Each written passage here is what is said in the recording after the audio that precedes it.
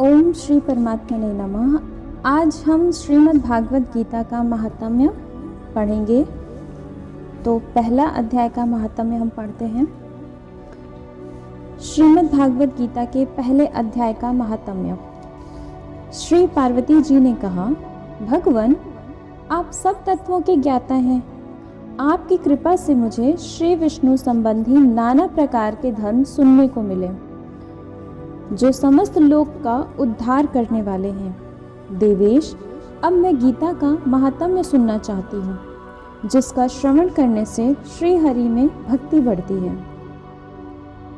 श्री महादेव जी बोले, जिनका श्री विग्रह अलसी के फूल की भांति श्याम वर्ण का है, पक्षीराज गरुड़ ही जिनके वाहन हैं, जो अपनी महिमा से कभी च्युत नहीं होते तथा शेषनाग की शैया पर शयन करते हैं, उन भगवान महाविष्णु की हम उपासना करते हैं।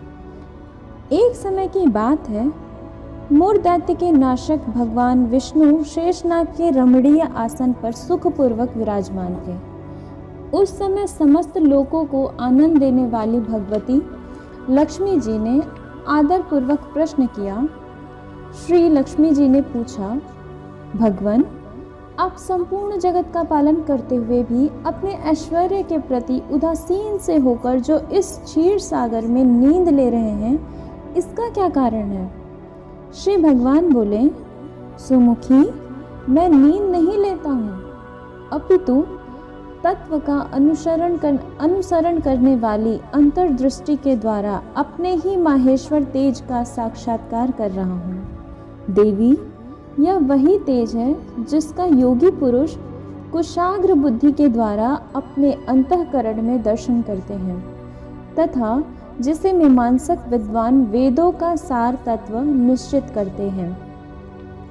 वह माहेश्वर तेज एक अजर प्रकाश स्वरूप आत्मरूप रोग शोक से रहित अखंड आनंद का पुंज निष्पन्न तथा द्वैत रहित है। इस जगत का जीवन उसी के अधीन है, मैं उसी का अनुभव करता हूँ। देवेश्वरी, यही कारण है कि मैं तुम्हें नींद लेता सा प्रतीत हो रहा हूँ। श्री लक्ष्मी जी ने कहा, ऋषिकेश, आप ही योगी पुरुषों के ध्येय हैं। आपके अतिरिक्त भी कोई ध्यान करने योग्य तत्व है? यह जानकर मुझे बड़ा कौतूहल हो रहा है। इस चराचर जगत की सृष्टि और संहार करने वाले स्वयं आप ही हैं। आप सर्वसमर्थ हैं। इस प्रकार की स्थिति में होकर भी यदि आप उस परम तत्व से भिन्न हैं, तो मुझे उसका बोध कराइए। श्री भगवान बोले, प्रिय, आत्मा का स्वरूप द्वैत और अद्वैत से पृथक है, भाव और अभाव से मुक्त है तथा आदि और अंत से रहित है। शुद्ध ज्ञान के प्रकाश से उपलब्ध होने वाला तथा परमानंद स्वरूप होने के कारण एकमात्र सुंदर है। वही मेरा ईश्वरीय रूप है। आत्मा का एक तत्व ही सबके द्वारा जानने योग्य है। गीता शास्त्र में इसी का प्रतिपादन हुआ है। अमित तेजस्वी भगवान विष्णु के ये वचन सुनकर लक्ष्मी देवी ने शंका उपस्थित करते हुए कहा, भगवान, यदि आपका स्वरूप स्वयं परमानंदमय और मन वाणी की पहुँच के बाहर है, तो गीता कैसे उसका बोध कराती है? मेरे इस संदेह का आप निवारण कीजिए। श्री भगवान बोले, सुंदरी, सुनो, मैं गीता में अपनी स्थिति का वर्णन करता हूँ।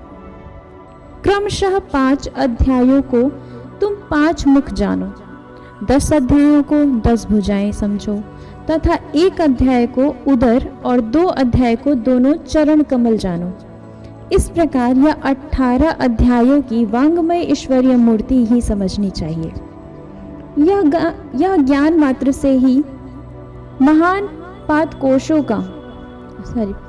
का नाश करने वाली है।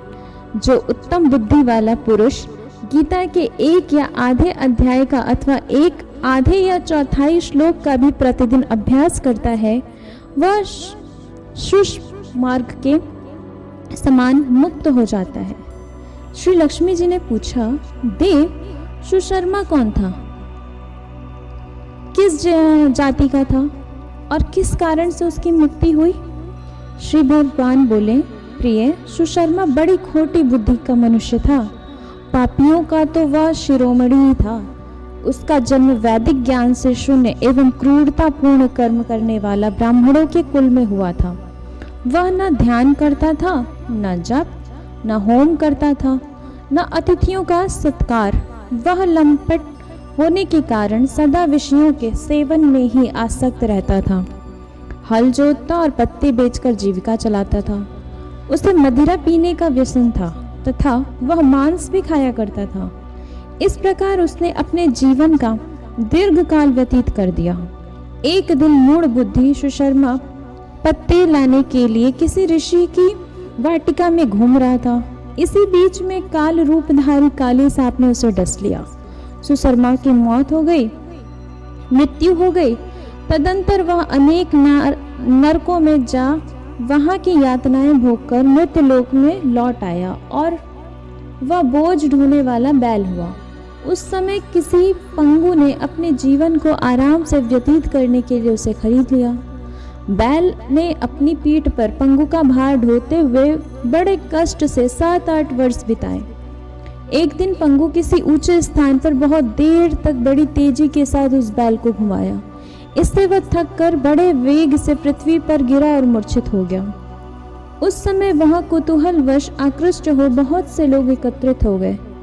उस जन समुदाय में से किसी पुण्यात्मा व्यक्ति ने उस बैल का कल्याण करने के लिए उसे अपना पुण्य दान किया। तत्पश्चात कुछ दूसरे लोगों ने अपने अपने पुण्यों को याद करके उन्हें उसके लिए दान किया।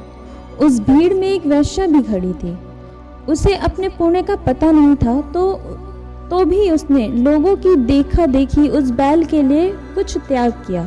तदंतर यमराज के दूत उस मरे हुए प्राणी को पहले यमपुरी ले गए।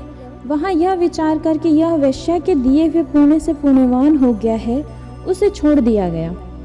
फिर वह भूलोक में आकर उत्तम कुल और शील वाले ब्राह्मणों के घर में उत्पन्न हुआ। उस समय भी उसे अपने पूर्व जन्म की बातों का स्मरण बना रहा।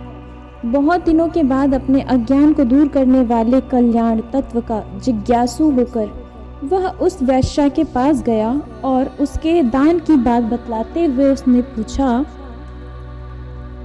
तुमने कौन सा पूर्ण दान किया था? वैश्या ने उत्तर दिया, वह पिंजरे में बैठा हुआ तोता प्रतिदिन कुछ पढ़ता है, उससे मेरा अंतःकरण पवित्र हो गया है, उसी का पुण्य मैंने तुम्हारे लिए दान किया था। उसके बाद उन दोनों ने तोते से पूछा। तब उस तोते ने अपने पूर्व जन्म का स्मरण करके प्राचीन इतिहास कहना आरंभ किया। शुक बोला, पूर्व जन्म में मैं विद्वान होकर भी विद्वता के अभिमान से मोहित रहता था। मेरा राग द्वेष इतना बढ़ गया था कि मैं गुणवान विद्वानों के प्रति भी ईर्ष्या भाव रखने लगा। फिर समय अनुसार मेरी मृत्यु हो गई और मैं अनेकों घृणित लोकों में भटकता फिरा।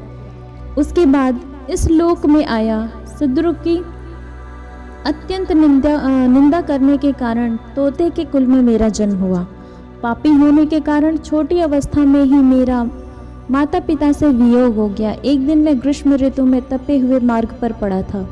वहां से कुछ श्रेष्ठ मुनि मुझे उठा लाए और महात्माओं के आश्रम के भीतर एक पिंजरे में उन्होंने मुझे डाल दिया। वहीं मुझे पढ़ाया गया। ऋषियों के बालक बड़े आदर के साथ गीता के प्रथम अध्याय की आवृत्ति करते थे। उन्हीं से सुनकर मैं भी बारंबार पाठ करने लगा। इसी बीच में एक चोरी करने वाला बहेलियों ने मुझे वहां से चुरा लिया। तत्पश्चात इस देवी ने